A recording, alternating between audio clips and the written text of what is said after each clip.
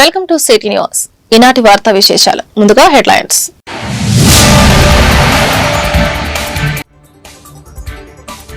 ఈ నెల 24 నుండి అసెంబ్లీ బడ్జెట్ సమావేశాలు 15 రోజుల పాటు కొనసాగనున్న శాసనసభ సమావేశాలు.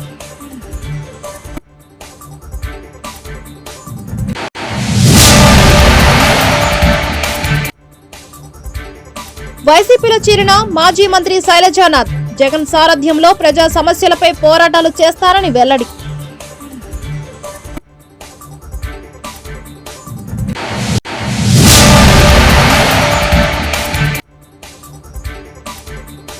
జగన్ కి పెద్దవాళ్లంటే గౌరవం లేదు. ఎన్నికలకు ముందు చేసిన 50,000 కోట్ల అప్పు ఏం చేశారో సమాధానం చెప్పాలి. మంత్రి గుమ్మడి సంధ్యారాణి వ్యాఖ్యలు.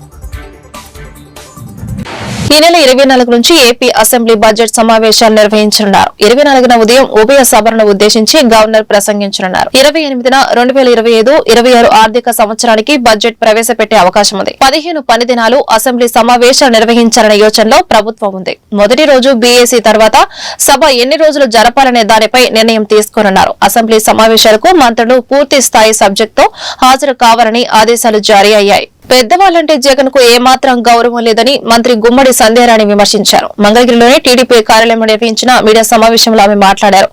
జగన్ ఏం మాట్లాడుతున్నారో ఆయనకైనా అర్థమవుతోందా? ఆయనకు మతి భ్రమించినట్లుగా ఉంది. ఏప్రిల్, మేలో 20,000 కోట్ల అప్పు చేశారు. వెంటనే ఎన్నికలు వచ్చాయి. ఆ డబ్బుతో ఏం చేశారో చెప్పాలి. తాడేపల్లి ప్యాలెస్ చుట్టూ కంచె వేసుకునేందుకు ఖర్చు పెట్టారా?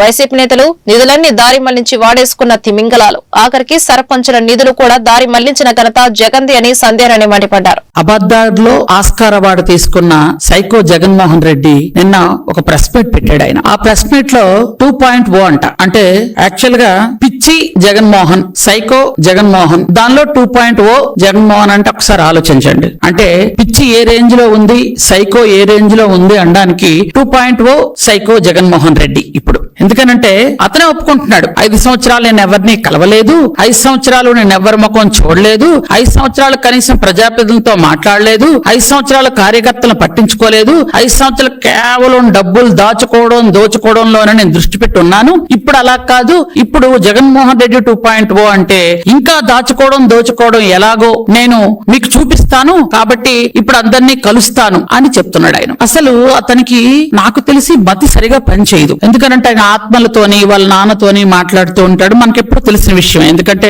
గత చాలా సంవత్సరాలుగా మనం వింటున్నాం, చూస్తున్నాం. అయితే ఆయనకి ఏంటంటే 4 సార్లు ముఖ్యమంత్రి చేసిన అభివృద్ధి సంక్షేమాన్ని 2 కళ్లు ముందుకు తీసుకెళ్తున్న పరిపాలనా దక్షుడిగా పేరు పొందిన శ్రీ గౌరవ ముఖ్యమంత్రి వర్యులు నారా చంద్రబాబు నాయుడు గారిని విమర్శిస్తున్నాను అని కూడా ఒంటి మీద తెలివి లేకుండా మతి భ్రమించి మాట్లాడుతున్న ఒక మనిషి, మానసికంగా పూర్తిగా జబ్బు పడిపోయిన మనిషి గురించి మాట్లాడాలంటే నాకు జాలేస్తుంది. యాక్చువల్ గా అసలు ఏమని మాట్లాడాలి అర్థం అవడం లేదు. ఎందుకనంటే ఆ పాపం ఆ మందులు పనిచేయడం లేదేమో నాకు చిన్న అనుమానం కూడా ఉంది. లండన్ లో తెచ్చుకునే మందులు పనిచేయడం లేదు. పోనీ సరే, ఇంక వేరే హాస్పిటల్కి వెళ్ళాలంటే డబ్బులు లేవేమో. కానీ నేను ఒక పని అయితే చేయగలుగుతాను. ఆయన కోసం రికమెండ్ చేసి సీఎం రిలీఫ్ ఫండ్ నుంచి కొంత డబ్బులు ఇప్పించే ఏర్పాటు చేస్తాను. కొంచెం మంచి డాక్టర్ దగ్గర చూపించుకుంటే బాగుంటుందని నేను అనుకుంటున్నాను. ఎందుకంటే పాపం వయసు కూడా చిన్నది అంటున్నాడు కదా. ఈ వయసులో పాపం పూర్తిగా మైండ్ పోయింది. మైండ్ పోవడం వల్ల ఆయన చేసిన అప్పులు మనం చేసినట్టుగా చూపిస్తూ ఆయన ఎవరితో మాట్లాడుతున్నాడో మనకు తెలియదు. ఎందుకంటే ఆయనకి యాక్చువల్ గా పెద్దలంటే గౌరవం ఉంటుందని మనం ఎప్పుడు అనుకోవడానికి కూడా లేదు. కారణం ఏంటంటే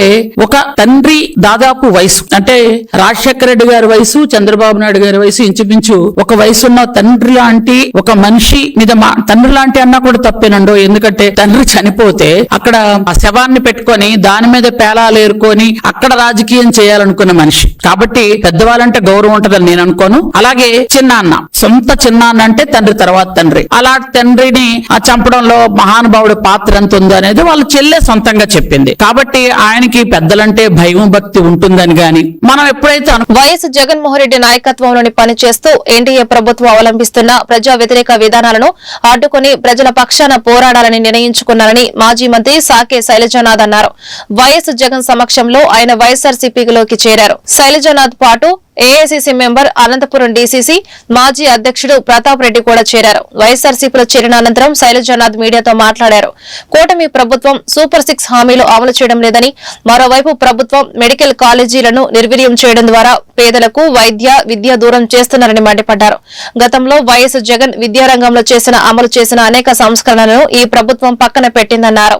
వారి నాయకత్వంలో ప్రజల పక్షాన పోరాటం కోసం ఈ రోజున నిర్ణయించుకున్నాం.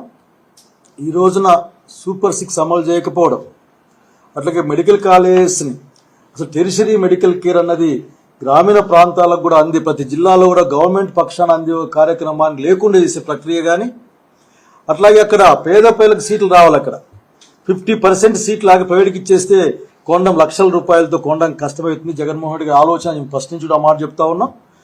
అట్లాగే ఎడ్యుకేషన్ మీద జగన్మోహన్ రెడ్డి గారు ఆ రోజున ఆ గవర్నమెంట్లో చేసిన అనేకమైన ఎడ్యుకేషన్ ఉంటే ముందుకెళ్తారనే ఒక భావనను కూడా ప్రజలకు తీసుకొచ్చిన టైంలో దీన్ని కూడా ఇంకో విధంగా ఆలోచించే కార్యక్రమాన్ని చూస్తూ ఉన్నాం. చివరికి రోడ్లు కూడా ప్రైవేట్ వాళ్ళ చేతుల్లో పెట్టి మన జేబుల్ని కాల్చే ప్రయత్నం చూస్తూ ఉన్నాం. అన్నిటికీ మించి నేను ఒక మాట చెప్పాలనుకుంటా ఉన్నాను. ఆ రోజున ఏదో ఇబ్బంది పడ్డామనుకుంటే అటువంటి ఇబ్బందికరమైన పరిస్థితులు లేకుండా చేయడం అనేది ప్రభుత్వ పక్షాన ఉండాలా. అట్లా కూడా కక్షపూరితమైన ధోరణి దేవుడికి మంచిది కాదు ఇది అన్న విషయాన్ని కూడా గుర్తు చేసుకుంటా ఉన్నాను. సో ఈ రోజున ప్రజల సంక్షేమానికి, రాష్ట్రం సంక్షేమానికి, రాష్ట్రం బలోపేతానికి కూటమి ప్రభుత్వం చాలా అన్యాయం చేస్తూ ఉందని నమ్ముతా ఉన్నాం. దాన్ని ఖచ్చితంగా ఎదుర్కోవడం కోసం అనంతపురం జిల్లాలో దాన్ని గట్టిగా పనిచేస్తాం. అట్లాగే రాయలసీమలో కూడా పనిచేస్తాం. ప్రత్యేకించి రాయలసీమ జిల్లాల్లో రైతుల యొక్క అక్కడ ఉన్న ప్రజల యొక్క కష్టాలని తీర్చడం కోసం మా వంతు కార్యక్రమాన్ని I told politics are not the business. ఇది వ్యాపారం కాదు. పాలిటిక్స్ అనే అంతిమ లక్ష్యం అనేది ప్రజల ఆ ప్రాంతం యొక్క సంక్షేమాన్ని ముడిపడి ఉంటుంది. సో ఈ టైంలో డైరెక్ట్గా ఎన్డీఏ ప్రభుత్వం అని చెప్పుకుంటున్నారు చంద్రబాబు నాయుడు గారు. నేను ఎన్డీఏ ప్రభుత్వం, బీజేపీ, జనసేన కూటమి ఎన్డీఏ అని చెప్పుకుంటున్నాను. సో ఎన్డీఏ ఆర్థిక విధానాలు కానీ, ప్రజా విధానాలు కానీ ప్రజలకు అనుకూలంగా ఉండవు, రాష్ట్రానికి అనుకూలంగా ఉండవు, ప్రజల సంక్షేమాన్ని దెబ్బతీస్తాయని నేను బలంగా నమ్ముతున్నాం. So this is the platform to work. At the same time ఎంత ఇబ్బంది వచ్చినా సరే మొక్కవోని ధైర్యంతో పనిచేసే నాయకత్వం కూడా కావాల్సిన అవసరం ఉంది. ఆ నాయకత్వం జగన్ రెడ్డి ద్వారా వస్తుందని బలంగా నమ్ముతా ఉన్నాం. So we work for that. At the same time రాయలసీమకు కూడా, మా ప్రాంతం రాయలసీమకు, మా జిల్లాకు కూడా అన్ని విధాల ఒక సహకారం కానీ అభివృద్ధి కానీ జరగడానికి జగన్మోహన్ రెడ్డి గారి యొక్క చొరవ, వారి యొక్క ఆలోచన ఉపయోగపడుతుంది బలంగా నమ్ముతా ఉన్నాం. So working bust today only the first day. ఎక్కువ విషయాలు నేను చెప్పేవి నాకు. ప్రకాశం జిల్లా ఒంగోలు రూరల్ పోలీస్ స్టేషన్ కు సినీ దర్శకుడు రామ్ గోపాల్ వర్మ వచ్చారు. ఒంగోలు రూరల్ సర్కిల్ పరిధిలోని మద్దిపాడు పోలీస్ స్టేషన్ లో నమోదైన కేసులో విచారణకు ఆయన హాజరయ్యారు. గతంలో చంద్రబాబు పవన్ పై పోస్టులు పెట్టారంటూ ఆయనపై పోలీసులు కేసు నమోదు చేశారు. ఆర్జీవీపై టీడీపీ కార్యవర్గ రామలింగం ఫిర్యాదు చేయడంతో కేసు నమోదు చేసిన పోలీసులు ఫిబ్రవరి 4న విచారణకు హాజరు కావాలని ఇటీవల 3వసారి వర్మకు నోటీసులు జారీ చేశారు. 7న విచారణకు హాజరయ్యేందుకు అవకాశం ఇవ్వాలని కోరిన వర్మ శుక్రవారం విచారణకు హాజరయ్యారు. బాపట్ల జిల్లా చీరంలో దళిత బహుజన పార్టీ రాష్ట్ర అధికార ప్రతినిధి ఉమ్మడి జిల్లాల పరిశీలకులు ముక్కోణం పార్క్ సెంటర్ లో విలేకరుల సమావేశం ఏర్పాటు చేశారు. ఈ సందర్భంగా ఆయన మాట్లాడుతూ దళిత బహుజన పార్టీ బాపట్ల జిల్లా ఉపాధ్యక్షులుగా వెంకట చలపతిని నియమించడం జరిగింది. రాబోయే మున్సిపల్ పంచాయతీ ఎన్నికల్లో మా పార్టీ తరపున అన్ని స్థానాలలో అభ్యర్థులను రంగంలోకి దింపుతాం.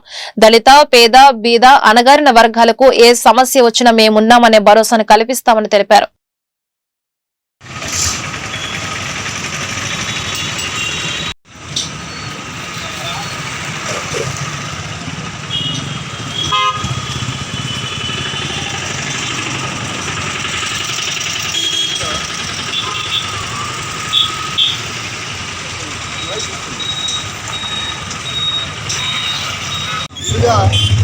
మిత్రులందరికీ జేపీఎం ఇస్తున్నారా. ఈరోజు మన చీరాల పట్టణంలో మా దళిత బహుజన పార్టీ బాపట్ల జిల్లా దళిత బహుజన పార్టీ ఉపాధ్యక్షుడిగా మన సోదరుడు, మంచివాడు, పేదల పార్టీ పెన్నిధి అయిన వెంకట చలపతిని నియమించడం జరిగింది. అలాగే మన బాపట్ల పార్లమెంట్ ఇన్ఛార్జిగా డాక్టర్ అమీర్ తీసుకోమని చెప్పాము. అలాగే మన చీరాల పట్టణ అధ్యక్షుడిగా మన సోదరుడు, మిత్రుడు, యువకిరీటం, కిషోరం, పేదల పార్టీ ఏదైనా ఏ సమస్యలు ముందుకుంటే మన మార్పు మధు గారిని నియమించడం జరిగింది. అలాగే చీరాల అసెంబ్లీ ఇన్ఛార్జిగా మన ఆవుల కృష్ణ గారిని వార్డు అతన్ని నియమించడం జరిగింది. అలాగే ప్రతి వార్డులో కూడా ఇన్ఛార్జిగా నియమించడం జరిగింది. ఎందుకంటే రానున్న అసెంబ్లీ మనకి రాబోయే కార్పొరేటర్ ఎలక్షన్లు కానీ, అట్లాగే పంచాయతీ ఎలక్షన్లు కానీ మా దళిత బహుజన పార్టీ ప్రతి వార్డులోని మన దత్తమైన పార్టీ అభ్యర్థులు పోటీ చేస్తారు. అలాగే మన చీరాల ప్రతి 32 వార్డులు కూడా దత్తమైన పార్టీ అభ్యర్థులు పోటీలో ఉంటారు. అలాగే దత్తమైన పంచాయతీలు కూడా మన దత్తమైన పార్టీ అభ్యర్థి పోటీలో ఉంటారని సమాపంగా తెలియజేస్తూ, ఎందుకంటే దత్తమైన పార్టీ అనేది రాష్ట్రానికి పార్టీ కాదండి. భారతదేశంలో అన్ని రాష్ట్రాలు ఉంది. కర్ణాటక ఉంది, ఒడిశా ఉంది, మహారాష్ట్ర ఉంది, కర్ణాటక ఉంది, మన తమిళనాడు ఉంది. ఇప్పుడు మన పక్కన కర్ణాటకలో అయితే చాలా ఎక్కువ ఉంది మంది, మహారాష్ట్ర కూడా ఉంది. అలాగే మన తెలంగాణ అయితే విపరీతంగా తెలంగాణ మొత్తం మన దత్తమైన పార్టీ విపరీతంగా ఉంది. అలాగే ఆంధ్రప్రదేశ్లో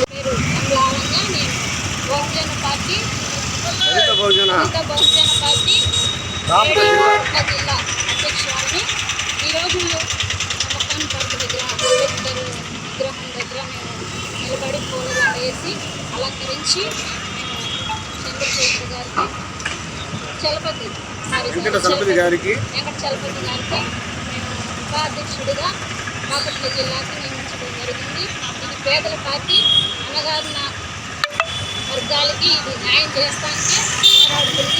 అది మేము కూడా పేదల కోసం మేము పోరాడతాం గట్టిగా. ఈ పార్టీలో ఏ సమస్యలు లేకుండా మాలాంటి వాళ్ళకి ఇంకా సమస్యలు ఉన్నా ఈ ప్రభుత్వాన్ని పరిశీలన చేసి ఈ ఎండాకాలం వాటర్ ప్రాబ్లం కానీ ఏదైనా కానీ వాటిలో ఈ పాటగా నన్ను చేస్తున్న అబ్బాయికి సార్కి ధన్యవాదాలు. ఈ పేదల విషయంలో నాకు చెప్పేది ఏంటంటే, పేదల విషయంలో మనం గట్టిగా నిలబడాలి. మనం అంటేనే కదా అందరం మనమే నిలబడి జీవితంలో మంచి విలువగా సాధించాలని మనం అండగా ఉండాలని చూసుకోవచ్చు. అలాగే మనం కేవలంగా ఉండకుండా ఇప్పటికీ అందరిలాగా ఒక ఐక్యమత్యగా అందరూ ఉండి పైకి కాపాలని చేసుకొని అందరూ నిలబడి ఉండాలి. మిత్రులందరికీ శుభాకాంక్షలు. అలాగే మీడియా మిత్రులందరికీ కృతజ్ఞతలు. మీడియా మిత్రుల తరఫున నేను ఈ రోజున ఈ పార్టీలోకి చేస్తానికి ముఖ్య కారణం పేదలు, బడుగు బలహీన వర్గాలందరికీ ఏదో ఒకటి నాకు తోచినంత చేయాలని చెప్పేసి నేను తిరుగుతూ ఉన్న టైంలో మేడం గారు నన్ను కలుసుకోవడం జరిగింది. తర్వాత సారు నన్ను ఎంపటే ఉండి తీసుకొచ్చి, మీరు మీ ఓటోళ్ళు ఇట్లా కాదు, పార్టీ ఉంది, దీంట్లోకి రాజు మీరు అని ఆహ్వానించి పెద్దలతో మాట్లాడి ఈ రోజున మాకు ఈ పదవి అప్పచేయడం జరిగింది. ఇంకే కాకుండా నేను శ్వాస వర్క్ చేస్తూనే ఉంటాను. అదే దానికి కూడా ఇది ఉంది కాబట్టి ప్రతి ఒక్కరు ప్రశ్నించి బడుగు బలహీన వర్గాలు. రేపల్లి నియోజకవర్గం రాష్ట్ర బీజేపీ సీనియర్ నాయకుడు పిన్ని సాంబశివరావు విలేకరులతో మాట్లాడుతూ, బాపట్ల జిల్లాలో అవినీతి మరియు అక్రమాలు ఎలాంటి జరిగినా సరే భారతీయ జనతా పార్టీ నాయకుల దృష్టికి తీసుకురావాల్సిందిగా కోరారు. దీంతో ఏ ఒక్క అక్రమంగా అవినీతిలో జరుగుతున్నాయని, అవే మా దృష్టికి తీసుకువస్తే రాష్ట్ర ముఖ్యమంత్రి నారా చంద్రబాబు నాయుడు దృష్టికి తీసుకువెళ్తామని, అక్రమంగా బెల్ట్ షాపులనైనా, అక్రమ రేషన్ అయినా మరియు అక్రమ ప్యాకెట్లు మరియు ఇల్లీగల్ యాక్టివిటీస్ ఏవైనా సరే అవి మా దృష్టికి వస్తే చంద్రబాబు నాయుడు దృష్టికి తీసుకువెళ్తామన్నారు. అందరికీ నమస్కారం. ఆంధ్రప్రదేశ్లో బాపట్ల జిల్లా రేపల్లి నియోజకవర్గం నుంచి నా పేరు పిన్ని సాంబశివరావు. మరియు ఈరోజు మనం బాపట్ల జిల్లాలో విస్తృతంగా ప్యాకాట జరుగుతుందని మా దృష్టికి వచ్చినాయి. మేము అధికారుల దృష్టికి కూడా తీసుకెళ్ళడం జరిగింది. ఎక్కడైనా సరే ఇల్లీగల్గా ప్యాకాట కానీ, గంజాయి కానీ, సారాయి కానీ ఎక్కడైనా జరిగితే మా దృష్టికి తీసుకొస్తే మేము అధికారుల దృష్టికి తీసుకెళ్తామని గతంలో చూడటం జరిగింది. కానీ ఇక్కడ అధికారులు కొంతమంది రాజకీయ నాయకులు కుమ్మక్కాయ జరుగుతుందని మా దృష్టికి రావడం జరిగింది. దీని మీద మా వాళ్ళు బీజేపీ నాయకులు కొంతమంది రాజకీయ నాయకుల దగ్గరికి వెళ్ళి మాకు నామినేట్ పదవులు కావాలని అడిగితే, సాంబశివరావు అనే అతను ఇక్కడ అవినీతి అక్రమాల గురించి మాట్లాడుతున్నారు, ఆయన మాట్లాడుకుంటూ ఉంటే మీకు పదవులు వస్తాయి అని చెప్పారంట. అవినీతి అక్రమాలు మాట్లాడొద్దని మనకి ఎక్కడ ఆదేశాలు రాలేదు. మనం ఏ పార్టీలో ఉన్న వాళ్ళైనా సరే మనం అవినీతి అక్రమాలు గత 10 ఏళ్ళుగా నేను మన బాపట్ల జిల్లాలో అవినీతి అక్రమాల గురించి గొంతెత్తి ఏసీపీ, సిబిఐ, ఈడీకి, రాష్ట్రపతి, ప్రధానమంత్రి దృష్టికి తీసుకెళ్ళడం జరిగింది. ఇంతలో ఇక్కడ కొంతమంది రాజకీయ నాయకులు అక్రమాలు చేసి మమ్మల్ని ఎవడు ఏమి చేయలేరు అని ఫలపాలు పలుకుతున్నారంట. దీని మీద సీరియస్గా యాక్షన్ తీసుకోకపోతే మేము గత కొద్ది రోజులుగా ఇక్కడనే ఏమి అవినీతి అక్రమాలు మాట్లాడతలేదంటే సాంబశివరావు కొంత కామ్గా పడుకుంటున్నాడు తిని అని ప్రచారం చేయడం జరుగుతుంది. ఇది కరెక్ట్ కాదు. మేము ఎక్కడా కూడా అవినీతి అక్రమాలని ఎక్కడ జరిగినా కూడా ఏ పార్టీ వాళ్ళు చేసినా సరే దాన్ని తీవ్రంగా వ్యతిరేకిస్తాం. మరి నిజాంపట్నం గ్రామంలో కానీ మరియు ఇక్కడ వ్యాంపిక్ కానీ మరి ఇలాంటివన్నీ కూడా నేను అవినీతి అక్రమాల గురించి మాట్లాడుతూ జరిగింది. మరి ఇక్కడ అవినీతి అక్రమాలను మాకు వాట్సాప్ దృష్టికి తీసుకొస్తే మా వాట్సాప్ నుంచి మేము అధికారుల దృష్టికి తీసుకెళ్ళి అది పూర్తిగా అంతమయ్యే వరకు మరి కృషి చేస్తామని భారతీయ జనతా పార్టీ తరఫున మేము బాపట్ల జిల్లాలో ఎలాంటి అవినీతి అక్రమాలు జరిగినా మా దృష్టికి తీసుకురండి. మేము ప్రజల తరఫు నుండి అండగా నిలబడి మీకు న్యాయం జరిగే వరకు. బాపట్ల జిల్లా చీరాల్లో ఎన్టీఆర్ విగ్రహ వివాదంపై joint collector Prakash Jain RDO కార్యాలయంలో తెలుగుదేశం పార్టీ వైసీపీ కౌన్సిలర్లతోనూ మాజీ మంత్రి డాక్టర్ పాలేటి రామారావుతోనూ సమావేశం నిర్వహించారు. ఈ సందర్భంగా జాయింట్ కలెక్టర్ ప్రకాష్ జైన్ మాట్లాడుతూ మున్సిపల్ కౌన్సిల్ సమావేశంలో విగ్రహం ఏర్పాటుకు సంబంధించిన కొన్ని విధి విధానాలు ఉన్నాయి. వాటిపై చర్చించి నిర్ణయం తీసుకుంటారు. నియమ నిబంధనలు, ప్రభుత్వ ఉత్తర్వులు ఏ విధంగా ఉన్నాయి పరిశీలించి విగ్రహ ఏర్పాటుకు చర్యలు తీసుకుంటామని తెలిపారు.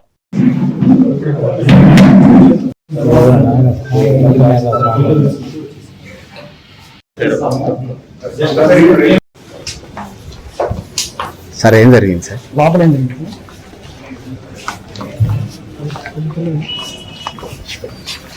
సార్ ఎప్పుడు ఈరోజు ఇక్కడ ఆడియో ఆఫీస్లో ఒక మీటింగ్ చేయడం జరిగింది. ఆ మీటింగ్లో విగ్రహం గురించి డిస్కస్ చేసాం. సో దానికి మొత్తం పద్ధతి ఏముంది, ఎలా కట్టాలి, ఏమేమి చూసుకోవాలి అదే ఒకటే. దాని తర్వాత మనకు కొన్ని కండిషన్స్ కూడా ఉన్నాయి, కొన్ని రూల్ పొజిషన్స్ కూడా ఉన్నాయి, అది కూడా ఫాలో అవ్వాలి. అదే మొత్తం అయిన తర్వాత కౌన్సిల్లో ఒకసారి వాళ్ళు డిసిజన్ తీసుకుంటారు. ఆ డిసిజన్ ప్రకారంగా మన మున్సిపల్ కమిషనర్ అదే ఇంప్లిమెంట్ చేస్తారు. సో ఇప్పుడు జియో చూస్తే మనకు కొన్ని కండిషన్స్ ఉన్నాయి, అది ఖచ్చితంగా ఫాలో అవ్వడానికి ఈ మీటింగ్లో ఒక డెసిజన్ చేయడం జరిగింది. లా అండ్ ఆర్డర్ గురించి కూడా నేను మన అందరూ కౌన్సిలర్స్, అందరూ పొలిటికల్ రిప్రజెంటేటివ్స్కి నేను చెప్పాను.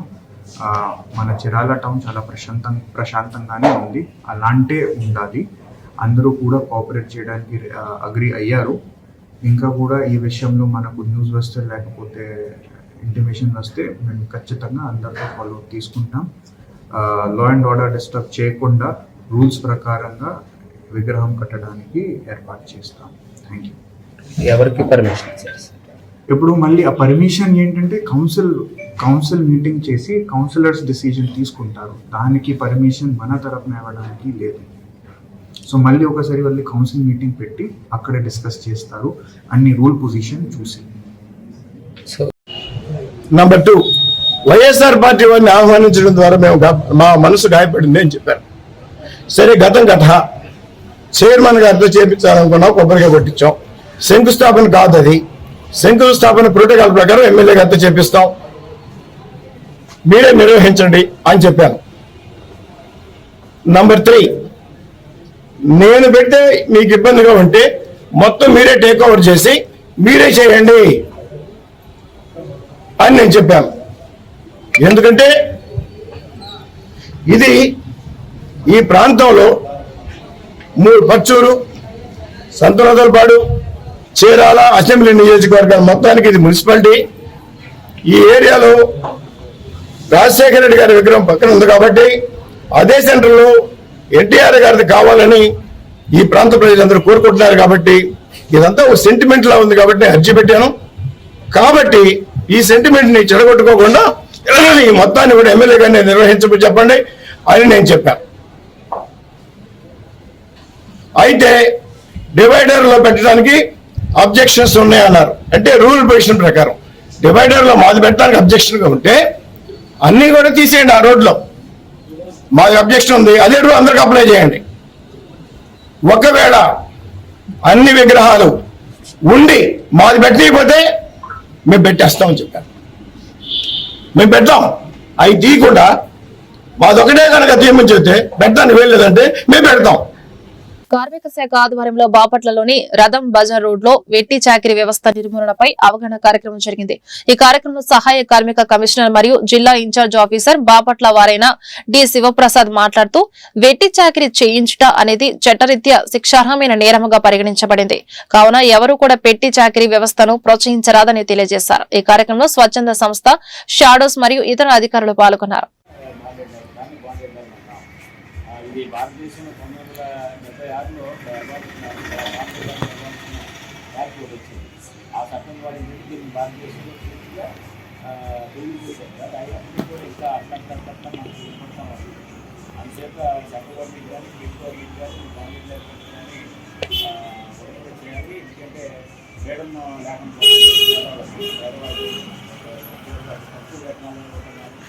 తక్కువ వేతనాలు చేసి ఆ మూమెంట్ అంటే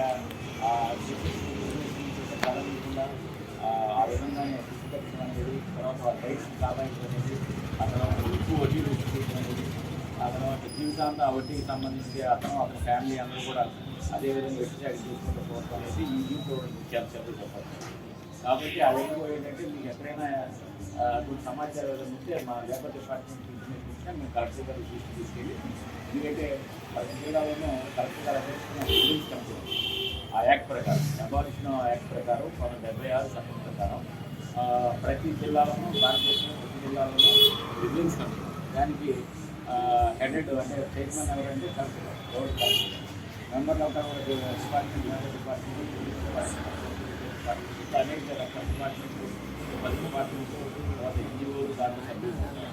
కాబట్టి ఏంటంటే మీరు అడుగుతున్న సమాచారం ఏదైనా ఎక్కడన్నా ఇన్నా అటువంటి సమాచారం అంటే లేబర్ డిపార్ట్మెంట్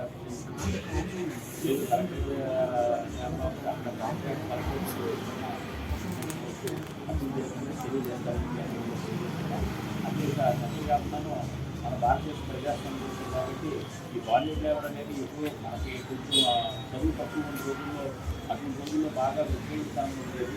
యథార్థంగా తగ్గింది. ఎందుకంటే చైల్డ్ లేబర్ జరుగుతుంది. మన చైల్డ్ లేబర్ దాడి కొట్టి మన లేబర్ డిపార్ట్మెంట్ దాడి ఉన్నారు.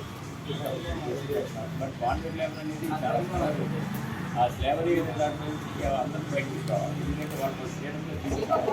ఆ తర్వాత వాటి డ్యూటీలు బతకాలి. డ్యూటీలు బతకడం కోసం మనందరం కూడా సమాజంలో ప్రతి పౌరులు కూడా బాధ్యత ఉన్నది. కాబట్టి మనందరం కూడా Saint Deans College of Engineering and Technology చీరాలలో ఎలక్ట్రికల్ వెహికల్స్ పై గెస్ట్ లెక్చర్ నిర్వహించినట్లు కళాశాల సెక్రటరీ వర్మ రామకృష్ణారావు మరియు కరస్పాండెంట్ ఎస్ లక్ష్మణరావు సంయుక్తంగా తెలిపారు. ఈ కార్యక్రమానికి doctor K Venkata Reddy, professor and head of the department JNTUK Kakinada మరియు ఎంసెట్ కన్వీనర్, మాజీ కంట్రోలర్ ఆఫ్ ఎగ్జామినేషన్స్ ముఖ్య అతిథిగా విచ్చేసినట్లు తెలిపారు. ముఖ్య అతిథిగా విచ్చేసిన డాక్టర్ కె వెంకటరెడ్డి విద్యార్థులకు ఎలక్ట్రికల్ వెహికల్స్ పై అవగాహన కల్పించారు. ఎలక్ట్రికల్ వెహికల్స్ లో ఉపయోగించే వివిధ రకాలైన చార్టర్లు మరియు ఛార్జింగ్ స్కీమ్ల గురించి వివరంగా తెలియజేశారు. ఈ గెస్ట్ లెక్చర్ కు ఈ ఇంజనీరింగ్ విభాగ అధ్యాపకులు, విద్యార్థులు పాల్గొన్నారు.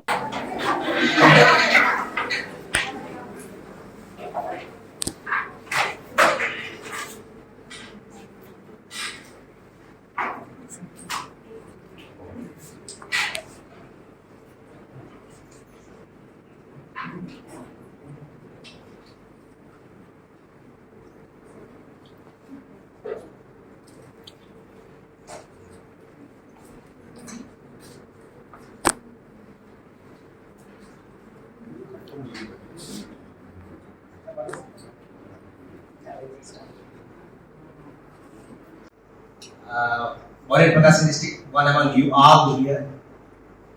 Till my intermediate, I studied in Talur Mandal and then Mumbai for my intermediate. And my graduation, post-graduation, PhD from JNT campuses. Secured 1,288 out of 4,40,000 students in my AMSAT examination. After BTech Triple in JNT Anantapur. Yes, my senior was there in JNT Anantapur. I also applied there. And then after completion of my MTech, joined CVIT as a faculty member. Started my teaching at JNT Anantapur itself as an ad hoc faculty. Then moved to CVIT Hyderabad for a couple of years. Then joined JNTU in the year 2006. For last almost 20 years, I am in JNTU and at various positions. My journey started with the MSET candidate to the convener of AP set examination. Last year I have completed as convention time is very successful in conducting the EAMCET examinations. More than 35 research papers, SCA research paper, and more than 70 papers. So having 30 SCA papers is not a joke. So really I wonder how sir is busy with this academic schedule and doing the research also. Really you are like a role model, sir. For me also I am being a role model. It's like inspiration. See, being a principal of this college, sometimes I feel that I am having a very busy schedule. I am very hectic. Okay, just I am principal for 5,000 students. So I feel sometimes I am very busy, so I cannot do research like that. I may feel. But sir, when though working as a director, almost 2 to 3 lakhs of students under JIT Kakinada, అంతే కదా JIT Kakinada మొత్తానికి ఒక విలీన sir director దాంట్లో ఉంటా కూడా sir has continuous research that is the point. And coming to the today guest lecture, so as you all know, electric vehicles is a burning topic and it is a huge opportunity for the students, especially electrical engineering students, to give a lot of opportunities in the field of electric vehicles. So in that field, so very few are very familiar and eminent personalities. Out of that, Venkat Reddy sir is an accomplished and distinguished person as a resource person to share his knowledge and experience. So definitely, so I am sure you will enjoy the lecture and you will get a lot of knowledge and his experience. Bapatla జిల్లా Chirala Ramesh diagnostics ఆధ్వర్యంలో Chirala bar association నందు ఉచిత medical camp ను lab అధినేత రమేష్ బాబు నిర్వహించారు. ఈ సందర్భంగా senior civil judge M Sudha, principal junior civil judge Shaik Rehana బేగంలు మాట్లాడుతూ వృత్తిరీత్యా ఎన్నో ఒత్తిళ్లకు గురవుతుంటాము. రమేష్ డయాగ్నోస్టిక్ వారు మధుమేహం, రక్తపోటు, ఈసీజీ, మూత్రపిండాల పనితీరు, కొలెస్ట్రాల్ కు ఉచిత పరీక్ష నిర్వహించడం అభినందించదగిన విషయమని తెలిపారు. ఈ కార్యక్రమంలో న్యాయవాదులు, కోర్టు సిబ్బంది, ల్యాబ్ సిబ్బంది పాల్గొన్నారు. ఆధ్వర్యంలో రమేష్ డయాగ్నోసిస్ వాళ్ళు total body checkup programme conduct చేయడం జరుగుతుంది. మరి ప్రతిరోజు అందరూ కూడా చాలా స్ట్రెస్ తోటి మరి వర్క్ చేసుకుంటే హెల్త్ని మరి నెగ్లెక్ట్ చేసుకుంటున్నారు. మరి హెల్త్ అనేది మనకి కరెక్ట్గా ఉంటేనే మన వర్క్ అనేది మంచిగా చేయగలుగుతాము. స్ట్రెస్ వల్ల అందరికీ షుగర్, బీపీ, ఇంకా అనేకమైన అనారోగ్యాలు కలుగుతూ ఉంటాయి. మరి మనం ఈ బిజీ లైఫ్లో పడి మనం హెల్త్ని నెగ్లెక్ట్ చేస్తున్నాం కాబట్టి ఇలాంటి క్యాంప్ పెట్టినప్పుడు అందరు కంపల్సరీగా వచ్చి చేయించుకుంటారు. కాబట్టి బార్ వాళ్ళు చాలా మంచి ఉద్దేశంతో మంచి ప్రోగ్రామ్ కండక్ట్ చేస్తున్నారు. అందరూ కూడా ఈ ప్రోగ్రామ్ యూటిలైజ్ చేసుకొని ఏమైనా హెల్త్ ఇష్యూస్ ఉన్నప్పుడు మళ్ళీ ఆ రిపోర్ట్స్ వచ్చిన తర్వాత నెగ్లెక్ట్ చేయకుండా ఫర్దర్గా ఏం చేయాలి, రెమెడీ ఏంటి అనేది ఆలోచించుకొని కన్సల్ట్ డాక్టర్ని కన్సల్ట్ చేసి కేర్ తీసుకుంటారని ఆశిస్తూ మరి బార్ అసోసియేషన్ వారికి ధన్యవాదాలు. ఇంత మంచి ప్రోగ్రామ్. అదేవిధంగా రమేష్ డయాగ్నోసిస్ వాళ్ళు కూడా మంచి మనసుతో మరి ఇక్కడ ఈ ప్రోగ్రామ్ కండక్ట్ చేస్తున్నారు. బట్టి వాళ్ళకు కూడా ధన్యవాదాలు. ప్రజలు వేసిన ఓట్లతో గెలిచి ప్రజల సొమ్ముతో జీతభత్యాలు తీసుకుంటూ ప్రజా సమస్యలపై మాట్లాడేందుకు అసెంబ్లీకి రాని జగన్, వైకాపా ఎమ్మెల్యేలకు నైతికత ఉంటే తక్షణం రాజీనామా చేయాలని ప్రభుత్వ చీఫ్ విప్ వినకొండ ఎమ్మెల్యే జీవి ఆంజనేయులు డిమాండ్ చేశారు. వినకొండలో మాజీ ఎమ్మెల్యే మక్కిన మల్లికార్జునరావుతో కలిసి మీడియాతో మాట్లాడిన జీవి వైకాపా పాలనపై నిప్పులు చెరిగారు. మద్యంలో జరిగిన అక్రమాలపై సిట్ వేయగానే తాడేపల్లి ప్యాలెస్ లో ఫైల్స్ ఎలా కాలిపోయాయో సమాధానం చెప్పాలన్నారు. వైసీపీ ప్రభుత్వం రద్దు చేసిన పథకాలను కూటమి ప్రభుత్వం పునరుద్ధరించి రుణాలు ఇచ్చి ఈ వర్గాలను ప్రోత్సహిస్తుందన్నారు. జర్నలిస్ట్ సోదరులందరికీ పేరు పేరున హృదయపూర్వక నమస్కారం. గత 5 ఏళ్లలో వైఎస్ఆర్ పాలనలో జగన్మోహన్ రెడ్డి చేసిన తప్పుల్ని చెప్పకుండానే ఆయనే చెప్తున్నాడు.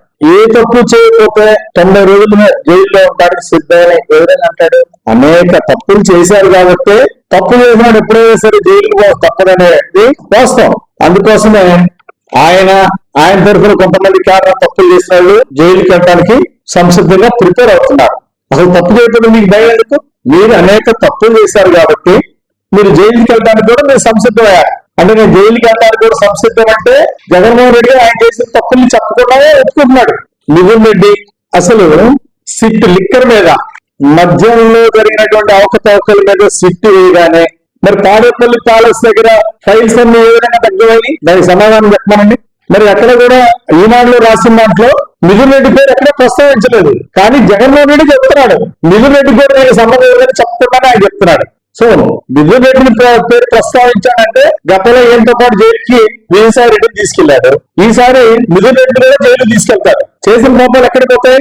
మరి మిథున్ రెడ్డి పేరు అక్కడ ఈనాళ్ళు ప్రస్తావించకపోయినా జగన్మోహన్ రెడ్డి చెబుతున్నాడు. అంటే దానిలో ఎవరెవరికి సంబంధం ఉంది, ఆ దోపిడీలో, ఆ లూటీలో, ఆ మద్యం మాఫియాలో అని చెప్పేసి జగన్మోహన్ రెడ్డి చెప్తున్నాడు. ఈ రోజు చేసిన పాపాలు ఎక్కడికి పోవు, శిక్ష అనుభవించక తప్పదు. ప్రతిపక్ష హోదా గురించి మాట్లాడతాడు. అసెంబ్లీలో ప్రతిపక్ష నాయకుడు హోదా ఇస్తే వస్తాడంట అసెంబ్లీకి, లేకపోతే అసెంబ్లీకి రాడంట. ఇదేంటి అంటే ప్రతిపక్ష ఎమ్మెల్యే అయితే రాడా? బాధ్యత లేదా? అంటే ప్రభుత్వ ప్రజల సొమ్ము జీతాలు తీసుకుంటూ ఎమ్మెల్యేగా మీరందరూ జీతాలు తీసుకుంటున్నారు. మరి ప్రజా సమస్యల మీద మాట్లాడడానికి మరి అసెంబ్లీకి ఎందుకు రారు? ఎవరైనా విఘ్నత ఉన్న ఎవరైనా ఇట్లా ప్రవర్తిస్తారా? ఈ రోజు ప్రతిపక్ష హోదా గురించి 2019 ఏం మాట్లాడారు జగన్మోహన్ రెడ్డి? ఆ రోజు ఎన్ని సీట్లు ఉంటే ప్రతిపక్ష హోదా పోతుందో 2019లో చంద్రబాబు గారికి ఆ 18 సీట్ల కంటే తగ్గితే ప్రతిపక్ష హోదా కూడా ఉండదని చెప్పేసి మాట్లాడింది ఎవరు? మీరు కదా. మరి జగన్మోహన్ రెడ్డి మర్చిపోయినా కానీ ఆ రోజు మాట్లాడిన 2 ఫిగర్లు ప్రజలు మర్చిపోలేదు. ఆ రోజు 18 సీట్లు లేకపోతే ప్రతిపక్ష హోదా కూడా ఉండదు అని చెప్పేసి తెలుగుదేశం ఎమ్మెల్యేని చాలా త్వరగా మీరు పార్టీ ఫిరాయింపులకు ప్రోత్సహించారే. ఆ 18 సీట్ల దగ్గర ప్రతిపక్ష హోదా తీసేయాలని విశ్వ ప్రయత్నం చేసిన మాట వాస్తవం కదా. మరి ఈ రోజు మీకు 11 సీట్ల ప్రతిపక్ష హోదా ఎలా వస్తుంది? 1.0 చూసే ప్రజలు ఒక్క అవకాశం అంటే 1.0 చూసి మీకు 11 సీట్లు ఇచ్చారు. రిజల్ట్ మిమ్మల్ని తరివేశారు. ఇక 2.0 అంటే పులివెందులో నువ్వు ఎమ్మెల్యే కూడా గెలిచే పరిస్థితి ఉండదు. ప్రజల సొమ్ముతో జీతాలు తీసుకుంటే ఈరోజు అసెంబ్లీకి రాకుండా ప్రజా సమస్యల మీద మాట్లాడకపోతే మీకు జీతాలు తీసుకునే అర్హత ఉందా? అసెంబ్లీకి రానటువంటి ప్రతిపక్ష ఎమ్మెల్యేలు సిగ్గుంటే రాజీనామా చేయాలి. మీరు నైతిక ఉంటాయి, జీతాలు తీసుకుంటారు, అసెంబ్లీకి ఒక్కరోజు కూడా రారా? పల్నాడు జిల్లాలో ఆటోని లారీ ఢీకొనడంతో ఆటోలో ప్రయాణిస్తున్న 18 మంది కూలీలకు తీవ్ర గాయాలు. క్షతగాత్రులను నరసరావుపేట ప్రభుత్వాసుపత్రికి తరలించిన స్థానికులు. నరసరావుపేట ప్రభుత్వాసుపత్రిలో సరైన వసతులు లేక 7గురిని 108 ద్వారా గుంటూరు జీజీహెచ్ తరలింపు.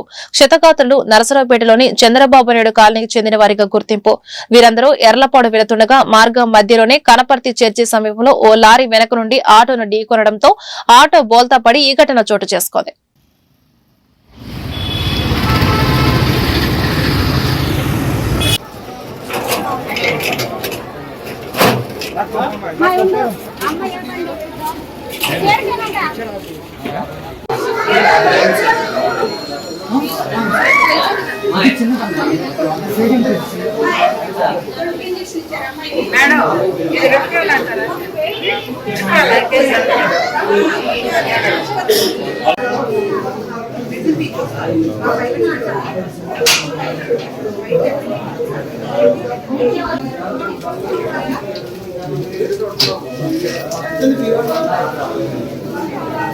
ఆటోలో 18 మంది ఉన్నాం. ఎర్లపాడికి వెళ్తున్నా నసరాపేట నుంచి. వెళ్ళేటప్పుడు లారీ వాడు గుద్ది పక్కకి వెళ్ళిపోయాడు. 18 మంది ఒకే ఆటోలో నసరాపేట నుంచి ఎర్లపాడు వెళ్తున్నాం. మెరగలకోట కాలనీ చంద్రబాబు కాలనీ. 18 మంది ఉన్నాం.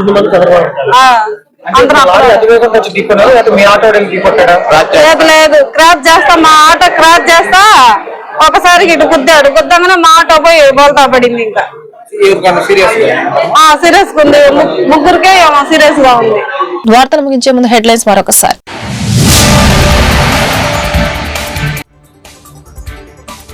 ఈ నెల 24 నుండి అసెంబ్లీ బడ్జెట్ సమావేశాలు. 15 రోజుల పాటు కొనసాగనున్న శాసనసభ సమావేశాలు.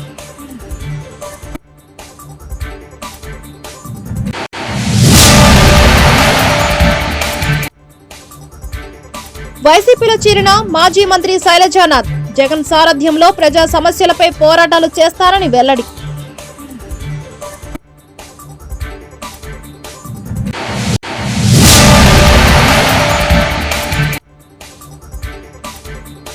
జగన్ కి పెద్దవాళ్లంటే గౌరవం లేదు. ఎన్నికలకు ముందు చేసిన 50,000 కోట్ల అప్పు ఏం చేశారో సమాధానం చెప్పాలి. మంత్రి గుమ్మడి సంధ్యారాణి వ్యాఖ్యలు. ఈ వార్తలు ఇంతటితో సమాప్తం. నమస్కారం.